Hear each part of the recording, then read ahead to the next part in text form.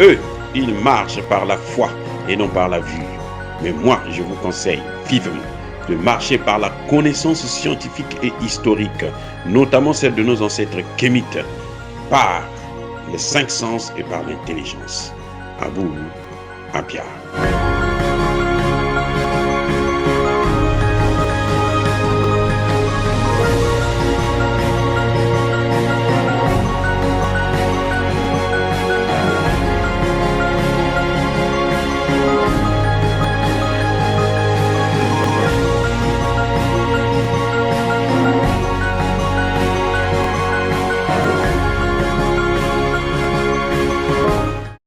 Otep à tous, bienvenue sur la chaîne des panafricanistes par essence, par conviction et par excellence. Celle des citoyens kémites par nécessité et obligation de combat. Nous sommes une chaîne qui n'est guidée que par nos ancêtres et rien que par les ancêtres qui appartiennent à l'égrégore du monde noir. Par conséquent, nous ne croyons en aucun dieu venu de l'étranger. Toutefois, cette vidéo n'est aucunement destinée à inciter à la haine ou à la violence, car nous menons un combat qui est d'abord et avant tout spirituel, intellectuel et démocratique. Ensuite, il est politique, géopolitique et géostratégique, contre l'impérialisme, le colonialisme, le néocolonialisme et l'endocolonat, qui sont tous qualifiés de crimes contre l'humanité. Nous menons ce combat sur la base du principe fondamental que nous avons hérité de nos ancêtres kémites, qui est celui de la Mahat, c'est-à-dire solidarité, vérité et justice. Vous êtes donc en droit de connaître la vérité et nous avons l'obligation de vous dire la vérité, rien que la vérité, afin que justice soit rendue au continent africain. Ça, c'est notre modeste contribution dans cette noble lutte en faveur de la souveraineté, la dignité, la solidarité et l'unité africaine. C'est exactement ça que nous appelons le panafricanisme. Bien-aimés frères et sœurs, j'ai un petit problème, une petite remarque à faire. C'est quelque chose qui me tracasse un peu. Je ne trouve pas sérieux que les partisans, même les responsables, dans les instances du parti PPACI de Laurent Gbagbo, soutenir Tidjam Tcham. Je trouve ça vraiment, franchement, ça me fait rire. Quand je les vois, ils se réjouissent. Ah, Tidjam Tcham avec Ouattara. Non, il faut qu'il écrase Ouattara. Je me dis, mais attendez, ils ont quoi? Je ne sais pas s'ils comprennent un peu ce qui est en train de se passer. Quand Guillaume Soro est venu seulement au Niger, tous les partisans de Gbagbo étaient contents. Ah, Guillaume Soro est arrivé, Guillaume Soro va aller en Côte d'Ivoire et il va aller enlever Ouattara. Mais franchement, soyons sérieux. Qui a placé Guillaume Soro, Ouattara là? Qui a fait de Ouattara ce qu'il est? Mais c'est le même Guillaume Soro. Et vous pensez que Guillaume Soro aujourd'hui va se retourner pour enlever Ouattara en faveur de Gbagbo ou de je ne sais qui? S'il arrive à enlever Ouattara, c'est que les Occidentaux ont décidé ainsi. C'est comme Tcham et Ouattara. Le combat entre Tcham et Ouattara, ça ne concerne pas du tout le PPACI. Je suis désolé, ça ne concerne pas le PPACI. Il faut être sérieux et savoir ce que nous voulons. J'ai l'impression que nos frères et sœurs de la Côte d'Ivoire, eh ben, ils ne sont pas, comment dirais-je, ils ne sont pas conscients de ce qu'ils sont en train de faire. Ils n'ont pas de position fixe. Ils sont pas stables. C'est juste une remarque. Parce que je ne vois pas quel est l'intérêt de quelqu'un qui est dans le parti de Laurent Gbagbo, qui soutiennent Tidjam Tcham, alors qu'on sait très bien, tout le monde le sait, que Tcham, c'est le choix des Occidentaux. C'est le choix de la France.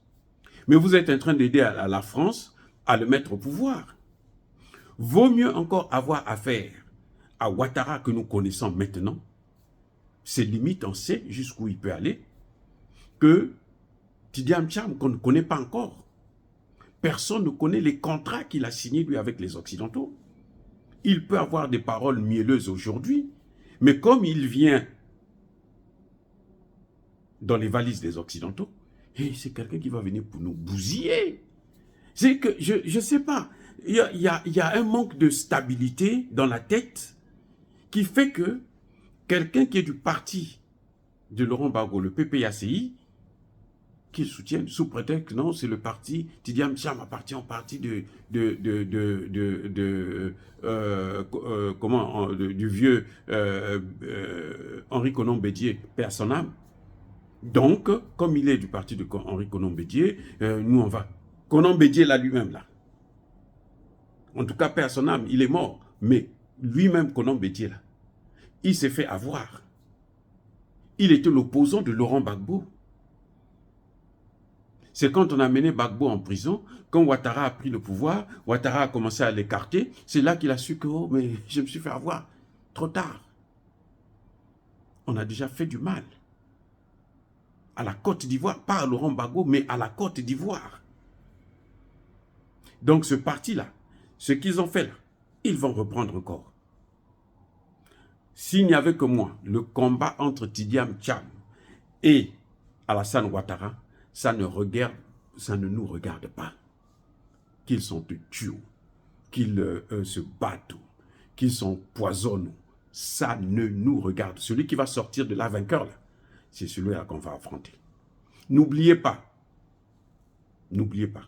que si Alassane Ouattara n'est pas candidat là, si ils ont choisi Tidiane Cham, c'est lui qui va affronter Laurent Gbagbo. Et je ne sais pas comment les gens vont tout de suite changer de veste. Oh non, c'est maintenant notre ennemi. C'est pas bon de le soutenir. Il faut soutenir Laurent Gbagbo. Je ne sais pas comment ils vont faire pour changer comme ça, hein, comme des caméléons. À quoi ça sert de se mêler du conflit entre Tidiane Cham et Laurent Gbagbo et Alassane Ouattara? À quoi ça sert? Si Tidiane Cham gagne, qu'est-ce que ça apporte au PPACI? Ça apporte quoi? En politique, il n'y a pas d'amitié. Si vous faites la politique, là, si c'est pour des amitiés, là, c'est même pas la peine. Ne faites pas la politique. Mettez-vous à l'écart, laissez observer seulement. Mais en matière de politique, il n'y a pas d'amitié. Celui que vous êtes en train de soutenir, là, Tidiane Cham, parce que c'est vrai, Alassane Ouattara a déçu tout le monde. Y compris les gens de son parti. Le R, je ne sais pas quoi là. Il a déçu tout le monde. Mais ce n'est pas pour que les mêmes, parce que ce que Alassane Ouattara a fait, ce n'est pas parce que Alassane Ouattara est si bête que ça. Non. C'est le contrat qu'il a exécuté. C'est pour ça qu'il a eu un troisième mandat. Parce qu'il a exécuté le contrat qu'il a signé avec les Occidentaux, avec l'OTAN, avec la France-Afrique. C'est ça. Maintenant, on trouve qu'il n'arrive plus à avancer. Il n'arrive plus à mettre en œuvre un certain nombre de choses. Parce que bon, il a aussi un peu de malchance. Tout ce qu'il fait, ça se retourne sur lui-même. Il a envoyé des soldats au Mali, on les a arrêtés. Il a envoyé au Burkina Faso, ils se sont fait arrêter. Il a voulu faire la guerre au Niger, eh ben, ça a changé de manque de peau. Eh ben, Tinubu n'en veut plus. Voilà.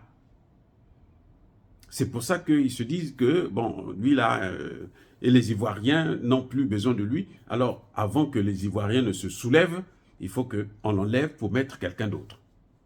Ce qui va se passer avec Tidiane Cham, là, c'est comme ils ont fait entre comment vous appelez ça, au Burkina Faso, là, Roch Marc Kaboré, et puis Damiba. Ce sont eux qui ont pris Damiba, qui ont placé là. Et on a vu ce que Damiba a fait. Mais ce n'est pas toujours facile. Si on a pu enlever Damiba quelques mois après, ce n'est pas toujours facile. Hein? Ce n'est pas donné. Peut-être qu'en Côte d'Ivoire, vous n'allez pas pouvoir enlever Tidiane Cham. Et qui doit d'abord faire beaucoup plus de dégâts encore. Parce que lui, celui qui arrive là, il sera plus dangereux qu'Alassane Ouattara. Hein. Il ne faut pas se leurrer. Il va faire plus de dégâts qu'Alassane Ouattara. Donc, vous qui le soutenez, parce que vous voulez qu'il puisse écarter Alassane, il ne va pas enlever Alassane. Alassane Ouattara va terminer son mandat. Et ce n'est pas lui qui peut enlever Alassane Ouattara, c'est la France qui l'a mis là, qui va l'enlever. C'est terrible. Des gens qui soutiennent Laurent Gbagbo, mais chaque fois qu'il y a quelqu'un qui vient qui dit « Ah, moi je veux enlever Alassane Ouattara », ils sont contents. Mais moi, je préfère avoir affaire encore, si Gbagbo n'est pas là, à Alassane Ouattara, que d'avoir affaire à Tidiane Cham. Vous ne savez pas le contrat, les engagements qu'il a pris devant eux. Parce que quand vous ne savez pas ces engagements-là, vous ne pouvez pas le soutenir. Peut-être que ce que lui va faire, c'est sûr que ça va être plus compliqué que ce que Alassane Ouattara a fait.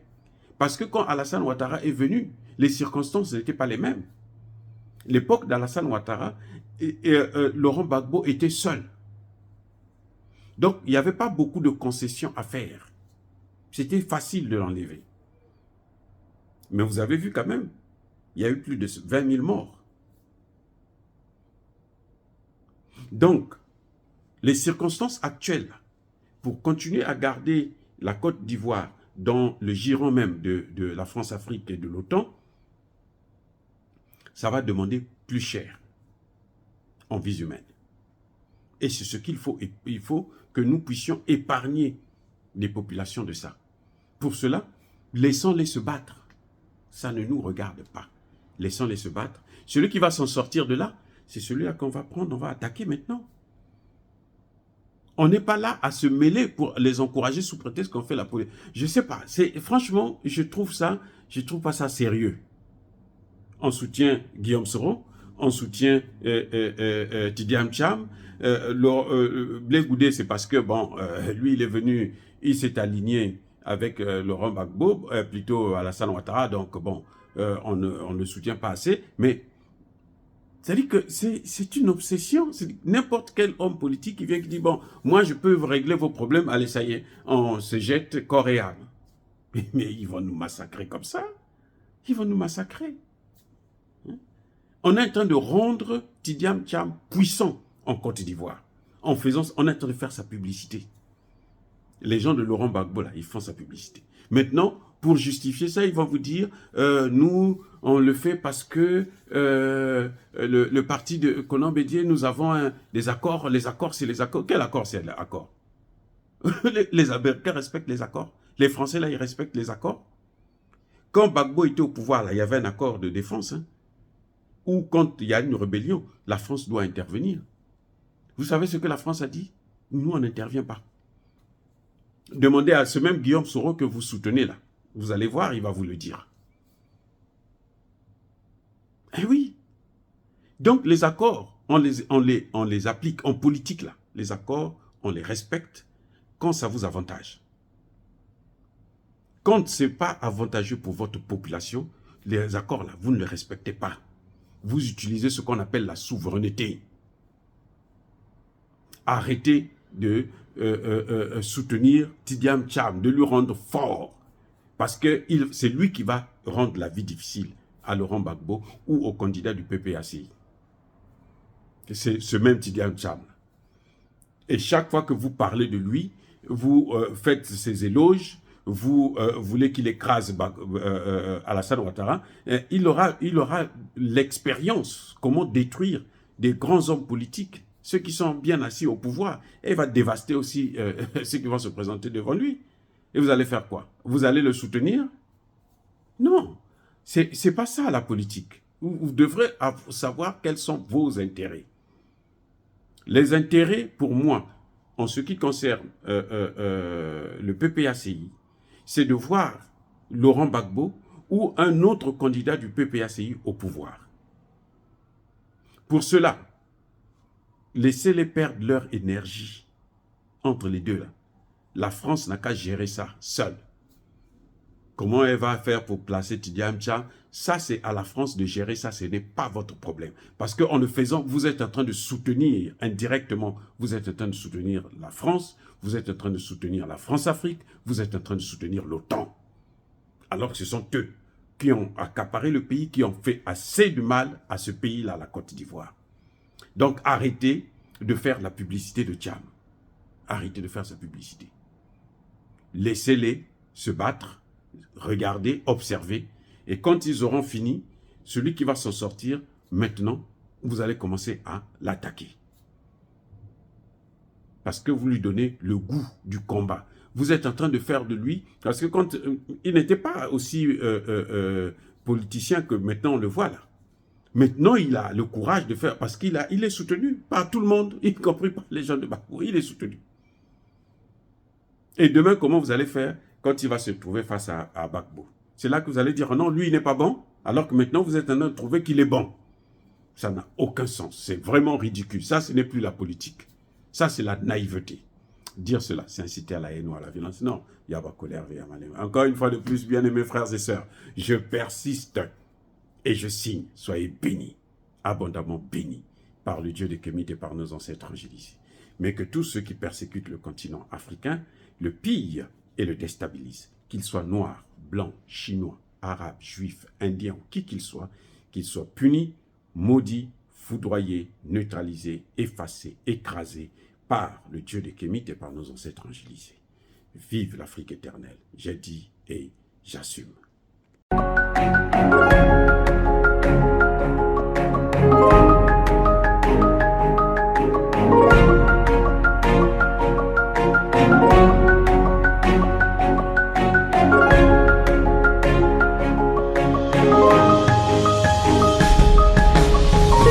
Bien-aimés frères et sœurs, vous connaîtrez la vérité et la vérité vous affranchira. Ça, c'est pas moi qui le dis, c'est la Bible qui le dit. Mais moi, je vous dis mieux. Vous connaîtrez la vérité historique, notamment celle de vos ancêtres kémites, et vous aurez une vision globale de ce que c'est que la vraie souveraineté politique. J'ajoute, vous reviendrez à la spiritualité africaine ancestrale et vous comprendrez les enjeux de l'indépendance économique. Et pour terminer, vous accepterez votre identité culturelle kémite et vous obtiendrez deux choses. La première, c'est la paix. La seconde, c'est le développement, à une condition. L'unité de toute l'Afrique noire, l'unité de tous les Noirs du monde entier.